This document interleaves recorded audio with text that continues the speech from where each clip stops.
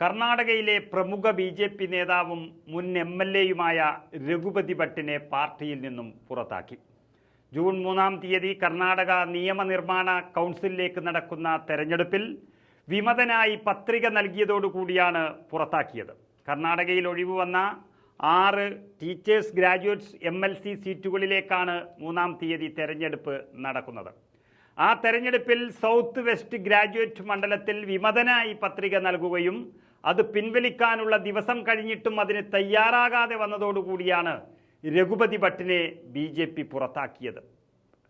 ദക്ഷിണ കന്നഡയിലെ ഉടുപ്പിയിലുമൊക്കെ വലിയ സ്വാധീനമുള്ള നേതാവാണ് രഘുപതി ഭട്ട്.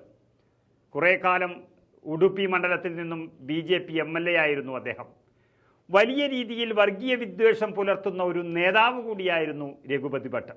അതായത് കർണാടകയിലെ കോൺഗ്രസിനെ തകർക്കാൻ വർഗീയ വിഷം ചീറ്റുന്ന ഹിജാബ് വിഷയം കൊണ്ടുവന്നതിൽ ഏറ്റവും പ്രധാനപ്പെട്ട നേതാവാണ് ഈ രഘുപതി ഭട്ട്. അതായത് ഉടുപ്പി ഗവൺമെൻറ് PU കോളേജിൽ നിന്നാണ് ഈ വർഗീയ പ്രശ്നം, ഹിജാബ് പ്രശ്നം BJP ആരംഭിച്ചത് തന്നെ. അങ്ങനെ ആ ഹിജാബ് വിവാദം നടക്കുന്ന സമയത്ത് ഉടുപ്പിയിലെ ആ ഗവൺമെൻറ് PU കോളേജിൻ്റെ ഭരണസമിതി അധ്യക്ഷനായിരുന്നു രഘുപതി ഭട്ട്. അദ്ദേഹത്തിൻ്റെ നേതൃത്വത്തിലായിരുന്നു ഈ പരിപാടി മുഴുവനും.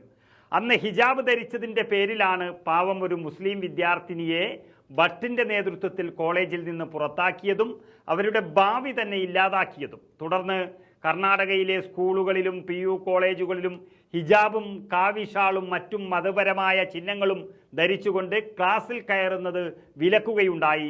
അങ്ങനെ 2022 ഫെബ്രുവരി 5-ന് BJP സർക്കാർ അങ്ങനെ ഒരു ഉത്തരവ് ഇറക്കുകയും ചെയ്തു.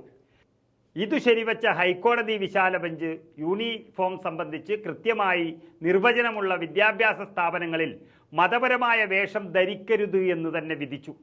ഹിജാബ് വിലക്ക് പഠനത്തെയും പരീക്ഷയെയും ബാധിക്കുന്നുവെന്നാരോപിച്ച് ആലിയ ഉൾപ്പെടെ ഉടുപ്പി ഗവൺമെൻറ് വനിതാ PU വിദ്യാർത്ഥിനികൾ സമർപ്പിച്ച ഹർജി സുപ്രീം കോടതിയുടെ പരിഗണനയിലുമാണ്. എന്നാൽ അന്ന് വർഗീയ വിഷം ചീറ്റിവിട്ട് കർണാടകയിൽ മാത്രമല്ല ഈ രാജ്യത്ത് തന്നെ വിദ്വേഷം വളർത്തിയ BJP നേതാവ് ഇന്നൊരു നിയോഗം പോലെ BJPയിൽ നിന്ന് തന്നെ പുറത്തായിരിക്കുകയാണ്. അതുകൊണ്ട് തന്നെ BJPയിൽ നിന്ന് മുൻ ഉടുപ്പി MLA രഘുപതി ഭട്ടിനെ പുറത്താക്കിയത് ദൈവം നൽകിയ ശിക്ഷയെന്ന് ഓർമ്മിപ്പിച്ചുകൊണ്ട് അന്ന് ഹിജാബ് വിവാദത്തിൽ കോളേജിൽ നിന്നും പുറത്താക്കപ്പെട്ട വിദ്യാർത്ഥിനിയായ ആലിയ ആസാദി അത് എക്സിൽ കുറിക്കുകയും ചെയ്തു.